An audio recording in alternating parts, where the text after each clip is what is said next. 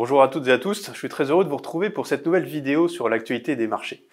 Alors on va reprendre un petit peu la séquence qui s'est produite sur le mois d'août, on va dire en cette fin de période estivale. On a eu finalement des marchés qui étaient assez bien orientés puisque les bourses européennes ou américaines ont progressé de l'ordre de 2% depuis le début du mois.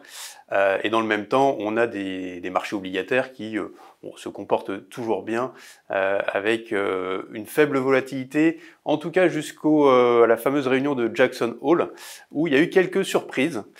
Et notamment une intervention de Jérôme Powell qui a été qualifiée comme dovish, donc plutôt prudente, et qui a mis des attentes en termes d'anticipation de baisse de taux un peu plus élevées qu'attendues précédemment, et donc des attentes pour une baisse de taux dès le mois de septembre de l'ordre de 25 points de base. Alors tout ça c'est sur fond aussi d'un contexte toujours assez marqué d'un point de vue politique et de sortie médiatique de la part de Donald Trump, puisque je rappelle qu'on s'était quitté peut-être début août sur des dossiers sur les droits de douane et avec pas mal de discussions sur les implications que ça pouvait avoir vis-à-vis de l'Europe ou des différents partenaires commerciaux des États-Unis. Maintenant on a un peu plus de clarification de ce côté-là, on a atterri sur 15% de droits de douane entre l'Europe et les États-Unis. Il reste encore bien évidemment des détails à avoir, hein. Tous les secteurs ne savent pas encore exactement ce que ça implique pour eux. Donc on attend des détails, mais on va dire que d'un point de vue investissement, les marchés estiment que les informations principales, on va dire en termes de risque, ont été apportées à ce jour. Alors, on regarde ça un petit peu dans le rétroviseur.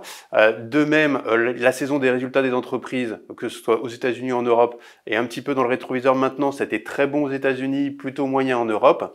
Mais aujourd'hui, ce qui va animer les marchés, c'est la sortie de Donald Trump, notamment sur Jérôme Powell, et tout ce que ça implique en termes d'indépendance des banques centrales.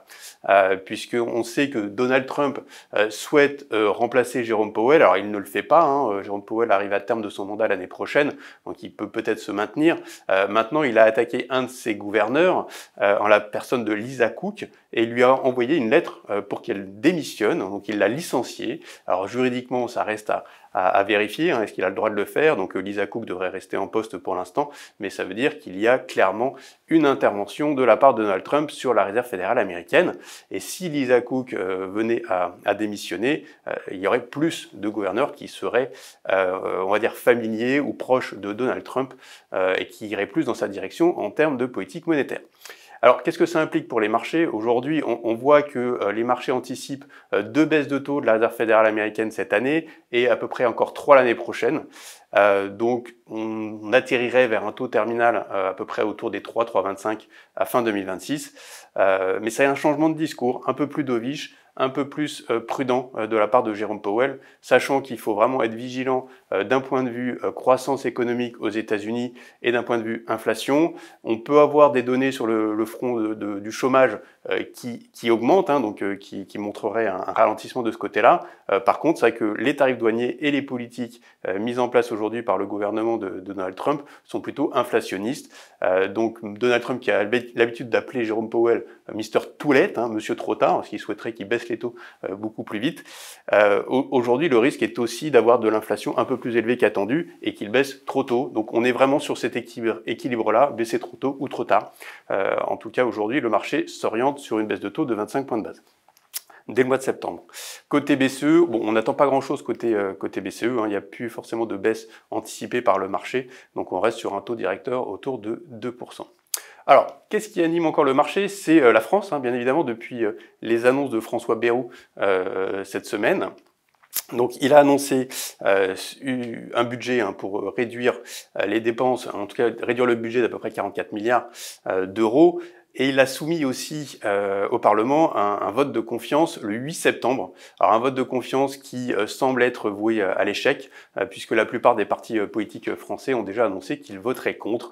Donc ça crée un peu plus de perturbations sur la France. On voit que la dette française s'écarte légèrement. Alors si on reprend depuis le début du mois d'août, on est passé d'à peu près 66 points de base d'écart contre le taux 10 ans allemand à 76, là où on est à peu près sur ce niveau-là. Donc ça s'écarte doucement. On a un taux 10 ans français qui est sur les 3,50. Donc voilà, un petit peu de sensibilité de ce côté-là. Et sur les marchés actions, le CAC 40, lui, ouvre en baisse d'à peu près 1,8% suite à ces annonces. Donc à suivre. C'est vrai qu'on a un sujet assez important sur la dette française et sur le budget français qui fait figure aujourd'hui d'un petit peu de maillon faible au sein de la zone euro. Je rappelle qu'au sein de la zone euro, les différents pays se comportent plutôt bien, hein, donc il n'y a pas forcément d'inquiétude à avoir sur l'ensemble de la zone. Voilà pour les principaux points qui animent le marché en ce mois d'août. Alors, suite à ces bonnes performances, que ce soit sur la partie action ou sur les marchés obligataires depuis le début de l'année, en termes de positionnement, aujourd'hui, on va estimer qu'il faut être quand même assez prudent, même si, encore une fois, les perspectives côté technologie, sur le secteur technologie américain sont plutôt bons, et on voit qu'il y a beaucoup d'investissements qui vont être faits sur l'IA de la part des grosses sociétés tech.